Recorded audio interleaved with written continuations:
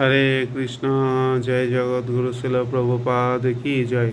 পতিত পাবন গুরুদেব কি জয়। সদ্যগুরু ভক্তবৃন্দগণ, আশা করি আপনারা সবাই ভালো আছেন। তো আপনারা সবাই অবগত যে আগামীকাল অর্থাৎ 11ই সেপ্টেম্বর হচ্ছে রাধা ঠাকুরানীর শুভ আবির্ভাব তিথি।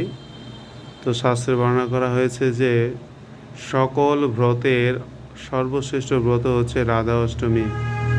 তো রাধা অষ্টমী ব্রত এতই মাহাত্ম্যপূর্ণ যে ভগবানের অশেষ কৃপা আশীর্বাদ আমরা লাভ করতে পারি রাধা অষ্টমী ব্রত পালন করার মাধ্যমে। তো রাধা অষ্টমী ব্রত পালন করলে আমাদের সর্বমঙ্গল সাধিত হয়ে থাকে।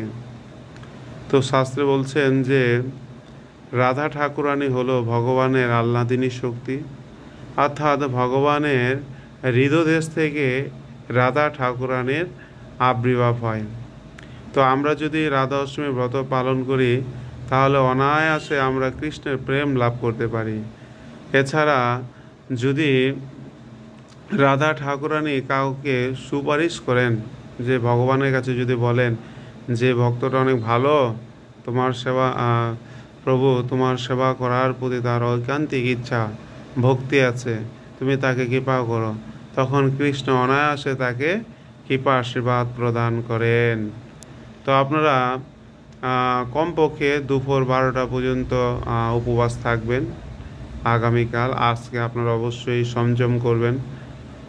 তারপর হচ্ছে কালকে দুপুর 12টা পর্যন্ত কমপক্ষে উপবাস। তারপরে আপনারা চাইলে পুরা বেলাও উপবাস করতে পারেন। তবে আমাদের শিল প্রভুপাদ নির্দেশনা দিয়েছেন যে কমপক্ষে দুপুর 12টা পর্যন্ত উপবাস থাকতে হবে, কারণ রাধা ঠাকুরানী কৃপা বরস হয়ে তিনি দুপুর 12টা বাজে তার আবির্ভাব হয়।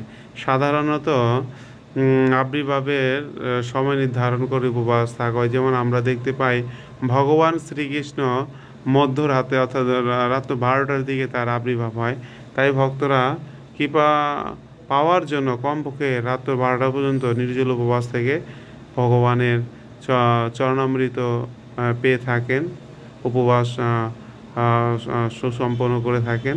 তারপরের দিন তারা পালন করে মহাপ্রসাদ আস্বাদন করেন। অথবা শিল প্রভুপাদের যেহেতু আবির্ভাব তিথি, তো অনেকেই সেদিনও দুপুর 12টা পর্যন্ত অবশ্যই উপবাস থাকে শিল প্রভুপাদের কৃপা পাওয়ার জন্য।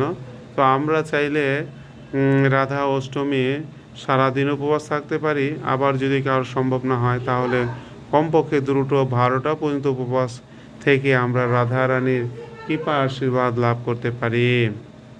তো প্রিয় গৌর ভক্তবৃন্দগণ, আপনারা অবশ্যই রাধা অষ্টমী ব্রত পালন করবেন আর রাধা ঠাকুরানীর অশেষ কৃপা আশীর্বাদ লাভ করবেন।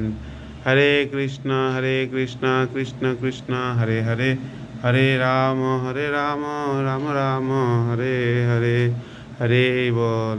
তো রাধা অষ্টমী ব্রত পালন করুন, এই মানব জীবন সার্থক করুন। হরে কৃষ্ণ কৃষ্ণ কৃষ্ণ হরে হরে, হরে রাম রাম রাম হরে হরে। জয় রাধা ঠাকুরানী কি জয়। রাধা ঠাকুরানীর অপ্রাকৃত কৃপা ভিক্ষা প্রার্থনা কি জয়। নিতাই গৌর সীতানাথ প্রেমানন্দে হরি হরি বল।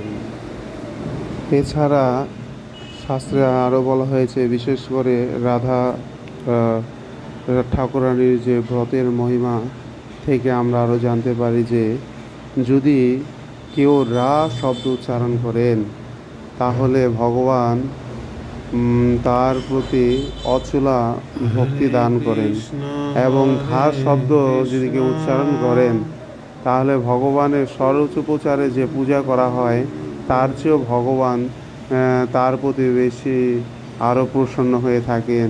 তো এভাবে আমরা দেখতে পাই রাধা নামের কত মহিমা। তো ভগবান কত প্রসন্ন হন যদি কেউ রাধা রাধা রাধা বলে উচ্চারণ করে থাকেন। তো এভাবে আমরা দেখতে পাচ্ছি যে রাধা ঠাকুরানীর অপ্রাকৃত মহিমা আমরা লাভ করতে পারি শুধুমাত্র তার নাম উচ্চারণ করার মাধ্যমে। তো আমরা যদি এরকমভাবে ভগবানের সেবায় নিয়োজিত থাকি ভগবানের নাম কীর্তনের মাধ্যমে, সেটাও আমাদের পরম মঙ্গল। হরি বল।